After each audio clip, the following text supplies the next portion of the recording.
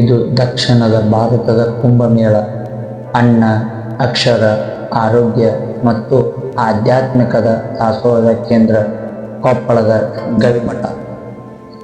ಪ್ರತಿ ವರ್ಷದಂತೆ ಈ ವರ್ಷವೂ ಕೂಡ ಅಜ್ಜನ ಜಾತ್ರೆಗೆ ವಿವಿಧ ಕಡೆಗಳಿಂದ ಭಕ್ತ ಸಾಗರವೇ ಹರಿದು ಬಂದಿತ್ತು.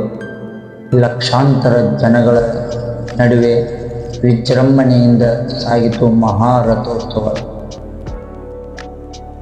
ಕೊಪ್ಪಳದ ಗವಿಮಠದ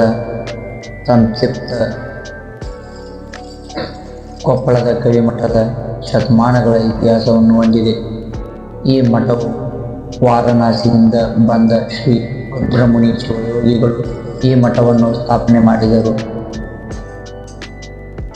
16ನೆಯ ಪೀಠಾಧಿಪತಿಗಳಾದಂಥ ಶ್ರೀ ಮರಿಶಾಂತ ವೀರ ಮಹಾಸ್ವಾಮಿಗಳು ಹಲವಾರು ಜಾತ್ರೆಗಳ ಮೂಲಕ ಹಲವಾರು ಸಾಮಾಜಿಕ ಕಾರ್ಯಕ್ರಮಗಳನ್ನು ತಂದರು. ಬಡ ವಿದ್ಯಾರ್ಥಿಗಳಿಗೆ ಜಾತ್ಯತೀತವಾಗಿ ವಿದ್ಯಾರ್ಥಿ ನಿಲಯವನ್ನು ಸ್ಥಾಪನೆ ಮಾಡಿದರು. ನಂತರ 1951ರಲ್ಲಿ ಹೈದರಾಬಾದ್ ಕರ್ನಾಟಕದ ಮೊದಲ ಖಾಸಗಿ ಶಾಲೆ ಗವಿಸಿದ್ದೇಶ್ವರ ಪ್ರೌಢಶಾಲೆಯನ್ನು ಸ್ಥಾಪನೆ ಮಾಡಿದರು. ನಂತರ 1963ರಲ್ಲಿ ಶ್ರೀ ಗವಿಸಿದ್ದೇಶ್ವರ ವಿದ್ಯಾವರ್ಧಕ ಟ್ರಸ್ಟ್ ಅಡಿಯಲ್ಲಿ ಶ್ರೀ ಗವಿಸಿದ್ದೇಶ್ವರ ಕಲಾ, ವಿಜ್ಞಾನ ಮತ್ತು ವಾಣಿಜ್ಯ ಕಾಲೇಜುಗಳನ್ನು ಸ್ಥಾಪನೆ ಮಾಡಿದರು. ಈಗ ಪ್ರಸ್ತುತ ಪೀಠಾಧಿಪತಿಗಳಾಗಿರುವಂತಹ ಶ್ರೀ ಅಭಿನವ ಗವಿಸಿದ್ದೇಶ್ವರ ಮಹಾಸ್ವಾಮಿಗಳು ಇವರಿಗೆ 2002ರಲ್ಲಿ ಪಟ್ಟಾಭಿಷೇಕವಾಯಿತು. ಪಟ್ಟಾಭಿಷೇಕವಾದ ನಂತರ ಹಲವಾರು ಸಾಮಾಜಿಕ ಕಾರ್ಯಕ್ರಮಗಳ ಮೂಲಕ ಸಮಾಜದ ಒಳಿತಿಗಾಗಿ ಶ್ರಮಿಸಿದರು. ಇವರು 2000 ವಿದ್ಯಾರ್ಥಿಗಳಿಗೆ ಉಚಿತ ವಸತಿ ಮತ್ತು ಪ್ರಸಾದದ ವ್ಯವಸ್ಥೆ ಉಳ್ಳ ವಿದ್ಯಾರ್ಥಿ ನಿಲಯವನ್ನು ಸ್ಥಾಪನೆ ಮಾಡಿದರು. ಪೂರ್ವ ಮತ್ತು ಪ್ರಾಥಮಿಕದಿಂದ ಸ್ನಾತಕೋತ್ತರ ಪದವಿ ಶಿಕ್ಷಣ ಸಂಸ್ಥೆಗಳನ್ನು ಸ್ಥಾಪಿಸಿದರು. ತ್ರಿವಿಧ ದಾಸೋಹಗಳ ಮೂಲಕ ಹಲವಾರು ಕಾರ್ಯಕ್ರಮಗಳನ್ನು ನಡೆಸಿಕೊಟ್ಟರು. ತ್ರಿವಿಧ ದಾಸೋಹದೊಂದಿಗೆ ವೃಕ್ಷ ದಾಸೋಹ ಕೂಡ ಪ್ರಾರಂಭಿಸಿದರು. ಅಭಿನವ ಗವಿಸಿದ್ದೇಶ್ವರ ಸ್ವಾಮೀಜಿಯವರು ಉತ್ತರ ಕರ್ನಾಟಕದ ಬರಪೀಡಿತ ಪ್ರದೇಶಗಳಲ್ಲಿ ಕೈಗೊಂಡಿರುವ ಜಲ ಸಂರಕ್ಷಣಾ ಕಾರ್ಯಕ್ರಮಗಳು ಅವರಿಗೆ ಜಲಕೃಷಿ ಎಂಬ ಗೌರವ ಪ್ರಾಪ್ತರಾಗಿದ್ದಾರೆ. ಹಿರೇಹಳ್ಳ ಪುನಶ್ಚೇತನ ತುಂಗಭದ್ರಾ ನದಿಯ ಉಪನದಿಯಾದಂತಹ 24 ಕಿಲೋಮೀಟರ್ ಉದ್ದದ ಹಿರೇಹಳ್ಳ ಜನಪ್ರತಿನಿಧಿಗಳು ಮತ್ತು ಸ್ಥಳೀಯರ ಸಹಯೋಗದೊಂದಿಗೆ ಹೂಳು ತೆಗೆಸಿ ಸ್ವಚ್ಛಗೊಳಿಸಿದರು. ಇದರಿಂದ ಸುಮಾರು 24ರಿಂದ 30 ಹಳ್ಳಿಯ ಕುಡಿಯುವ ನೀರಿನ ಸಮಸ್ಯೆ ಬಗೆಹರಿಯಿತು.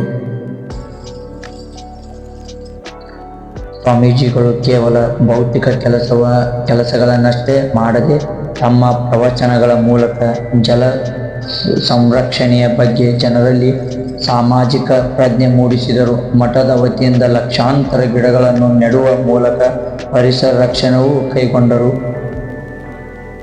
ಇತ್ತೀಚೆಗೆ 5,000 ವಿದ್ಯಾರ್ಥಿಗಳಿಗೆ ವಸತಿ ಮತ್ತು ವಿದ್ಯಾಭ್ಯಾಸಕ್ಕಾಗಿ ಹೊಸ ಕಟ್ಟಡವನ್ನು ನಿರ್ಮಿಸಲಾಗಿದೆ. ಇನ್ನು ಜಾತ್ರೆಯ ಬಗ್ಗೆ ವಿಶೇಷತೆಗಳು. ದಕ್ಷಿಣ ಭಾರತದ ಕುಂಭಮೇಳವೆಂದೇ ಪ್ರಸಿದ್ಧಿಯಾಗಿರುವ ಕೊಪ್ಪಳದ ಗವಿಮಠದ ಜಾತ್ರೆ. ಈ ಜಾತ್ರೆಯಲ್ಲಿ ಲಕ್ಷಾಂತರ ಜನರು ಭಾಗಿಯಾಗುತ್ತಾರೆ. ಯಾವುದೇ ರೀತಿಯ ಗಲಾಟೆ ಇಲ್ಲ, ಕಾಲ್ತುಳಿತ ಇಲ್ಲ, ಯಾವುದೂ ಇಲ್ಲ. ಯಾವುದೇ ಅಹಿತಕರ ಘಟನೆಗಳ ಆಗದಂತೆ ಲಕ್ಷಾಂತರ ಜನಗಳ ಮಧ್ಯೆ ಅಜ್ಜನ ಜಾತ್ರೆ ಬಹಳ ವಿಜೃಂಭಣೆಯಿಂದ ಪ್ರತಿ ವರ್ಷವೂ ನಡೆಯುತ್ತಾ ಬಂದಿದೆ. ಈ ಜಾತ್ರೆಯ ಮತ್ತೊಂದು ವೈಶಿಷ್ಟ್ಯತೆ ಏನೆಂದರೆ ಅದು ಮಹಾದಾಸೋಹ. ಸುಮಾರು 8ರಿಂದ 10 ಲಕ್ಷ ಜನಗಳಿಗೆ ಮಹಾದಾಸೋಹವನ್ನು ಮಹಾಪ್ರಸಾದವನ್ನು ಸೇವಿಸುತ್ತಾರೆ.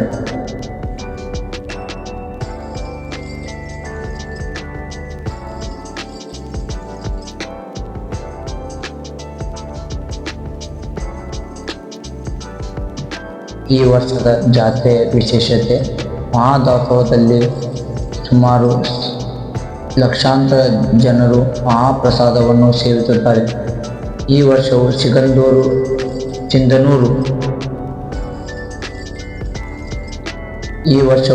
ಸಿಂಧನೂರು ಗೆಳೆಯರ ಬಳಗದ ವತಿಯಿಂದ 6 ಲಕ್ಷ ಮೈಸೂರು ಪಾಕನ್ನು ತಯಾರು ಮಾಡಿದ್ದಾರೆ.